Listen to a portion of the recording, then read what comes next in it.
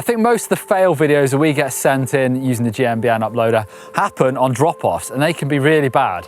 So here are my 5 top tips for nailing drop-offs. Hopefully, less of you will be nailing yourselves.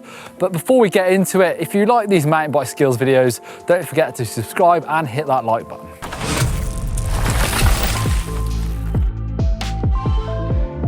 When it comes to drop-offs into downslopes like the one I've got here, most of the time you want to get down to the ground as soon as you can, but you want to find that sweet spot of a nice smooth place to land. And actually, most of the time your front wheel lands first because it gets there first.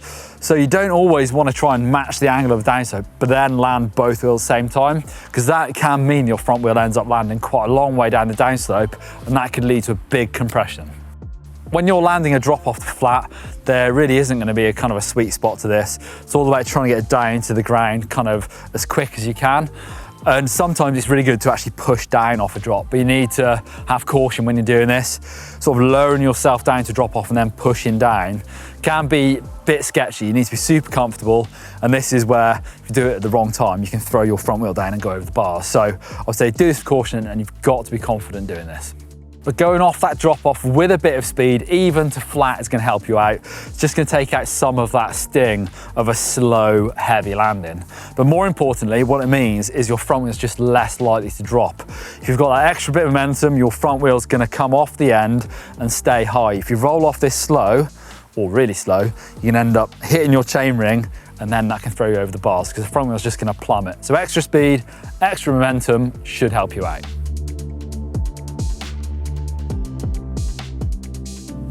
Number 2, know your limits. This one can be a little bit misleading because I don't actually mean going too big too soon, although that is really important. The good thing about drop-offs is the same skills apply for a really small curb to a bigger one like this, but obviously the consequences are much bigger.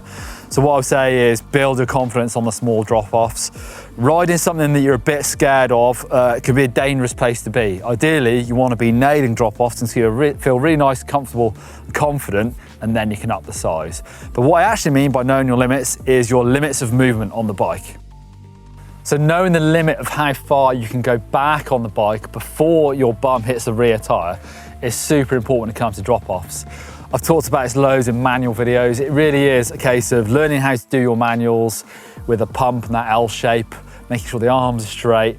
So your weight's going to be back on the bike, and you may need that for drop-offs. If you're going slow, you will need to do that manual movement. If you're going faster, extra momentum, you won't as much, but you will need to use all this movement.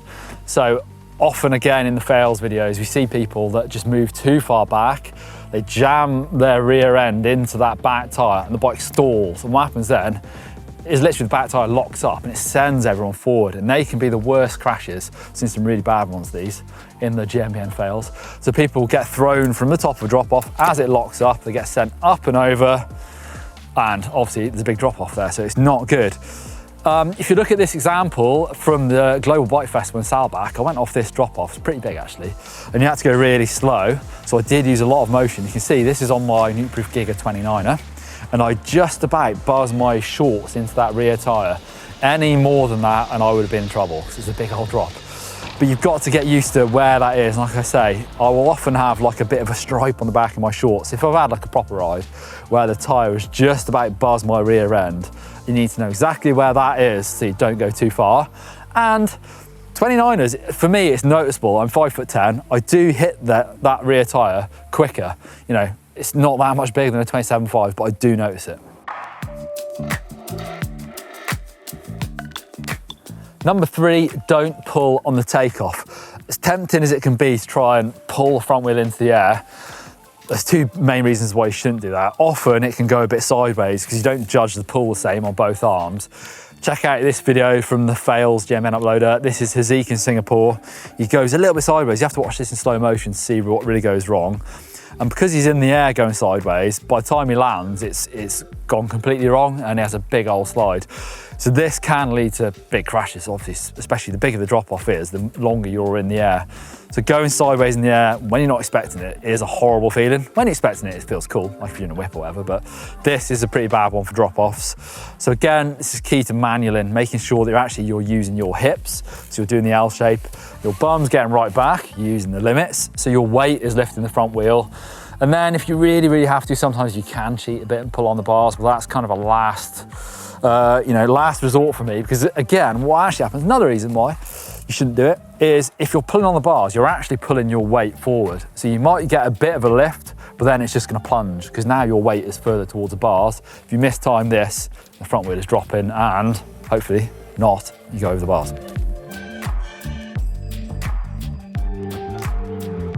Your bike can help or hinder you. Now, it's not all a bike. Hopefully you guys watching know that. You can do pretty much anything on any bike these days, but some bikes just aren't gonna be as easy to ride drop-offs. So if you've got more suspension, you're gonna have a smoother landing, but a heavier bike is gonna take more of the right motion to lift that front wheel. A cross-country bike that's maybe a bit more stretched out with a longer stem, that's gonna be harder to manual because your weight is just balanced further forward on the bike to begin with. So those bikes are definitely gonna be slightly sketchier to get drop-offs right on. Obviously you can do this on hardtails, but you need to be nailing the landing, finding those sweet spots, finding the downslopes, because a big heavy landing on a hardtail is just gonna be a heavier impact. So it's not always about the bike, but just setting your bike up maybe with a shorter stem, higher rise bars, like I say, full suspension bike. Tyres that aren't too soft, I've seen this quite a lot as well in the fails, where people get it a little bit wrong, go a little bit sideways, and if their front tyre is too soft, it then rolls and it burps, and then people have a massive crash there. So that's one of the reasons why I like to run quite high pressures. If I'm pushing the bike and get it a bit wrong, I don't want that tyre to burp and, you know, can lead to really big crashes. Number 5, don't assume. I'll always want to try and check out the drop-off as best as I can. And often that means stopping, getting off the bike and checking out what it's gonna look like when I get there. And then what I try and do is visualize, you know, what it's gonna feel like. How fast am I gonna be able to come in? This drop-off's pretty tricky because it's a slippy corner.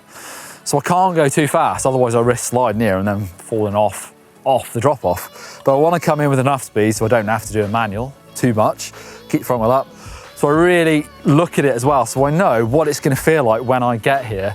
You might still need to improvise, because you might get everything, oh, I'm not going as fast as I thought. Maybe I do need a bit more of a manual, but you should feel much more comfortable. It scares me when I just hit a blind drop off. You don't know how big it is. There's this fail, check this out, this is pretty bad. This is Joseph in the Philippines. He's actually got like a gap to a landing off this drop off. It's super scary, comes over the edge, doesn't make it, big crash. So like I say, don't just assume that it's all gonna be all right. Yeah, maybe you've ridden the trail loads of times, so you can kind of assume it a little bit, but if you're fresh to the trail, I would always check out a drop-off, because you know, the nature of them means they're pretty much always blind, but you can't see the landing until it's too late.